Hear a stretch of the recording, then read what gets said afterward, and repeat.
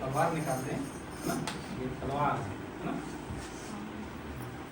क्योंकि नबी ने कहा है मैं ये तलवार किसी ईमानदार व्यक्ति के हाथ में सौंपना चाहता हूँ।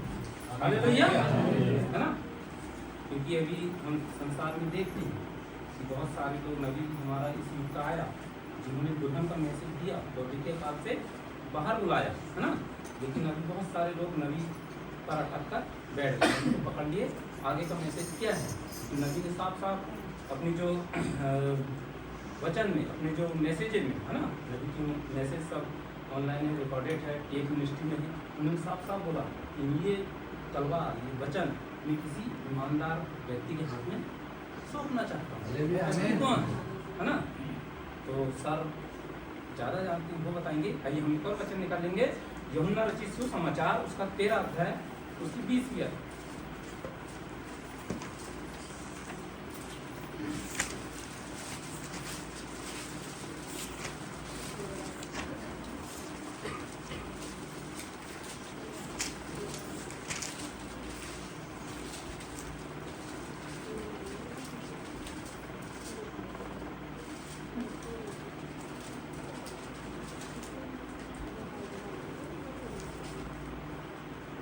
निकालिए,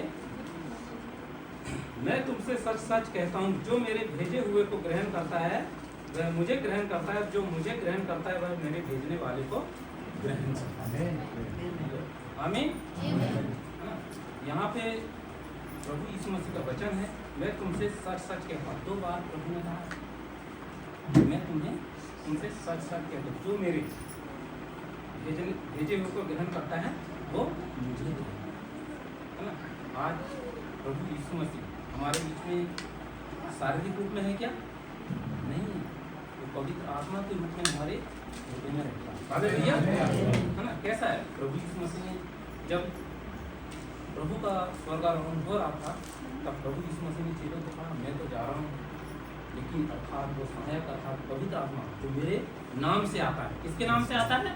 प्रभु यीशु मसीह के नाम से आता है। वो सदा तुम्हारे साथ रहेगा, वो कभी नहीं छोड़ेगा।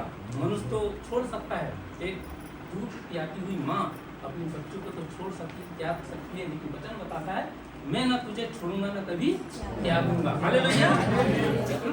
तो जो मेरे भेजे हुए को ग्रहण करता है वो मुझे ग्रहण करता है ना। तो हम इससे पहले सभी लोग इसमें थे, संस्था में थे, है ना, संस्था में थे। वहाँ से प्रभु ने हमको निकाला। प्रभु का वचन एक और बताता है, प्रकाशित वाक्य 18 अध्याय की 24 आयत, क्या लिखा उसमें? ए मेरे लोगों उनमें से निकल आओ, है ना।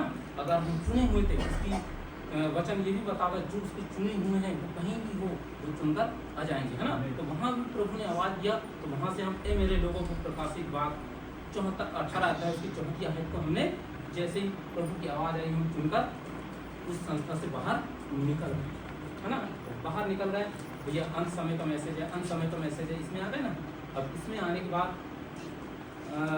सही बपतिस्मा भी हो गया, सही प्रभुभोज भी हो गया। यही था ना भैया, हम सब सारे लोग पिता पुत्र हम सही बपतिस्मा बहुत खुश थे, बहुत खुश थे, है ना। लेकिन जैसे ही बचा पता चला हमको, फिर पवित्र आत्मा ने आवाज़ दिया, उस प्रभु की आत्मा ने, पवित्र आत्मा ने हमको आवाज़ दिया कि भैया इससे भी बाहर मैसेज है ना।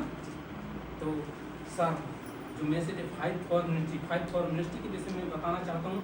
यहाँ हिंदुस्तान में बहुत सारे ऐसे पास्टर हैं, प्रचारक हैं जो अपनी अपनी दुकान लेकर खोलकर बैठे हैं। एक एरिया, एक औरा उन्होंने बना लिया, वो वहीं तक सीमित है, वो नबी से आगे जाना नहीं चाहते। हालेलुया, है ना, नबी से आगे जाना नहीं चाहते। तो जैसा मैंने बताया अभी शुरू में कि नबी ने कहा मेरियन ब्रैनम कि मैं ये वचन रूपी तलवार किसी ईमानदार व्यक्ति के हाथ में सौंपना चाहता हूँ। नबी का मैसेज है द टेबल में, न्यूयॉर्क शहर की ओर देखिए। न्यूयॉर्क शहर में ऐसा क्या है? न्यूयॉर्क शहर तो बॉलीवुड से भरा पड़ा है ना। वहाँ लड़कियाँ अदनंगी घूमती है, ऐसा क्या निकलेगा न्यूयॉर्क शहर से? तो न्यूयॉर्क शहर में निकला कौन?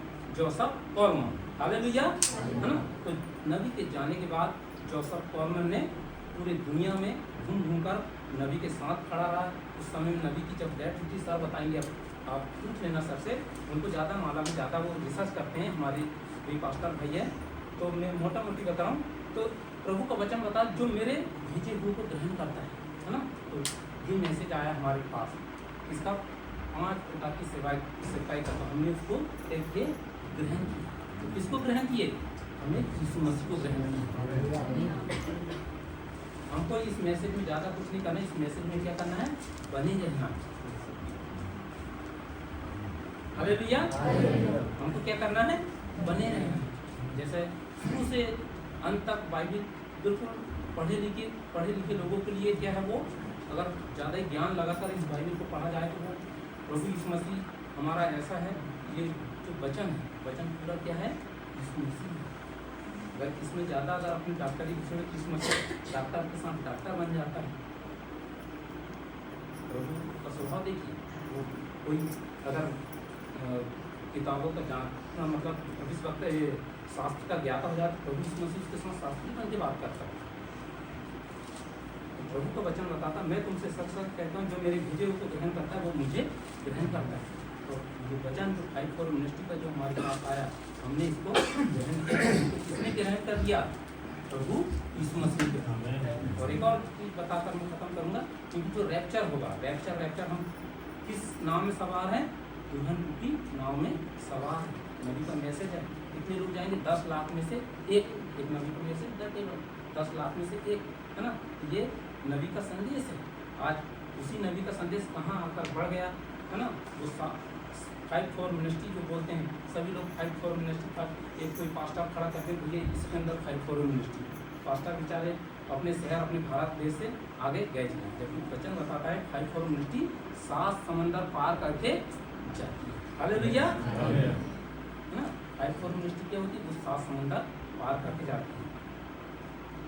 तो ऐसे जोसेफ को विलियम ब्रैनम उनके मैसेजेस पढ़ी, हिंदुस्तान तक आए।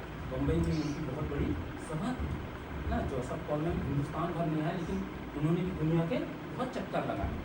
और हमारे बीच में जो हम गुरुवार और शुक्रवार जो सुनते हैं मैसेज, वो फाइट फॉर मिनिस्ट्री के मैसेंजर है। वो भी मतलब 7 समुंदर पार करके मैसेज देते हैं, केविन बुलवेट, है ना। तो हमको इस मैसेज में क्या करना है? बने रहना। हालेलुया। तो आगे का समय हम ब्रदर अर्जुन को देंगे, वो छोटी सी गवाही देंगे, है ना। उसके बाद हम सब को समय देंगे गवाही, जैसे ही